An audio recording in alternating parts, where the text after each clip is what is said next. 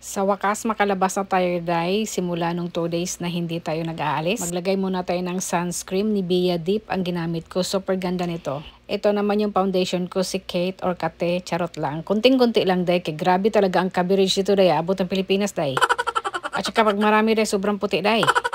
Maglagay muna ako ng lip balm, day, kasi nga nagdadry, tagbitak-bitak ang ating lips at nag-itim, day. Maglagay ng concealer, nakalimutan kong pangalan, basta made in Korea. Ang daming kaartehan sa buhay, ganun pa rin ang mukha. Reklamo ng reklamo, bumibili pa rin. Maglagay tayo ng kilay, day, kaya nanipis naman itong kilay, day, oy. Naagnas na ba siya, day? Itong Canmake, gustong-gusto ko yung Canmake, alam niyo kung bakit. Sa likod kasi nitong packaging na ito ay meron siyang instruction paano pagkasunod-sunod ang paglagay ng eyeshadow. Kaya kahit ikaw ay first timer at hindi alam paano gamitin, ay matututo ka talaga. 2 piraso lang naman yung ginagamit ko dyan, yung iba hindi na. Ayaw kasi masyadong makulay ang buhay, day, kaya para na tayong Christmas tree niyan, day, oy. Integrate o nakaigit, charot. Para sa ating ilalim ng mata, day, parang mamikat ka, day, ba, para masigang imong kalimutaw, day, ba, ayan, day, o masiga na. Tapos yung mascara, day, na hindi ko alam anong pangalan, ano sabihin, heroine, hindi ko alam, day, gusto ko ito, day, wala na rin siyang laman, day.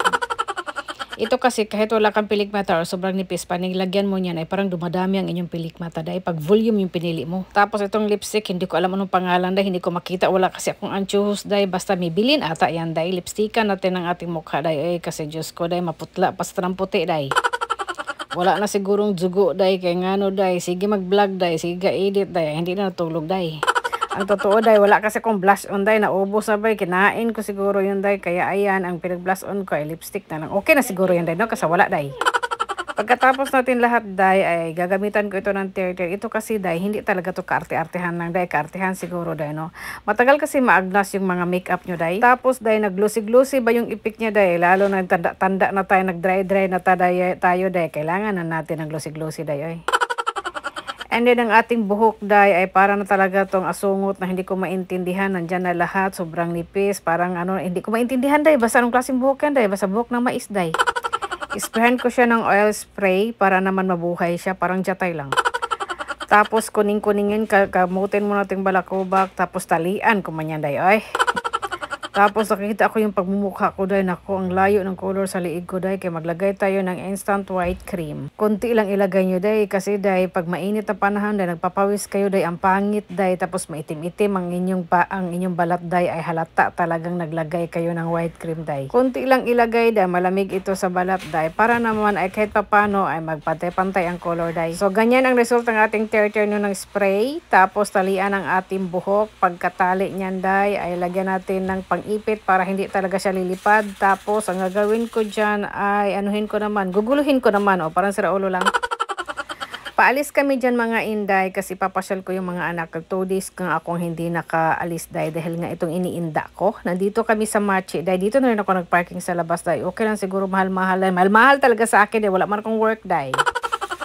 Bago pa mag-open itong palaruan dito, day, ay nag-antay na kami, day, dahil ayaw ko nga na maraming tao, day. Introvert, day, ba?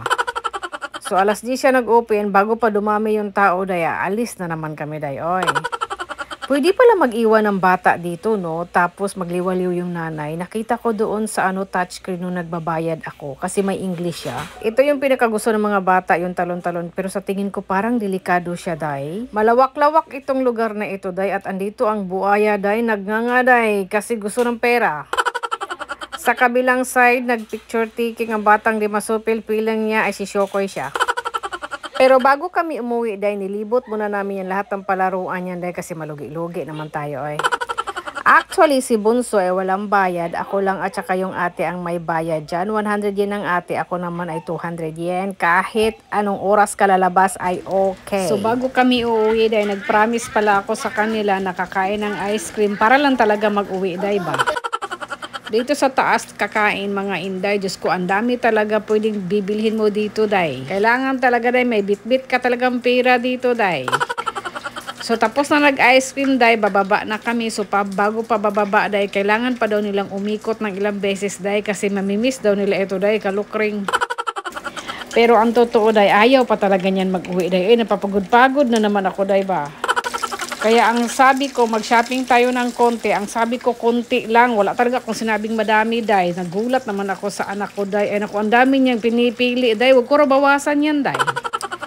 After doon sa mga shopping mga day, dumaan kami sa supermarket at gusto kong kumain ng isda na maliliit nung niluto ni Eureka, day ba. Nakakita naman ako ng isda maliit, day. Bumili na ako ng 2 pack, tapos sinry ko yung pistachio na ice cream, day. Ice bar pala. And then, nagpunta ako ng drugstore, day, kasi naubusan naman tayo ng inumin, day, para matanggal ang ating mga libag, day ba. Salamat pala, Inday, sa inyong mga panunood, day.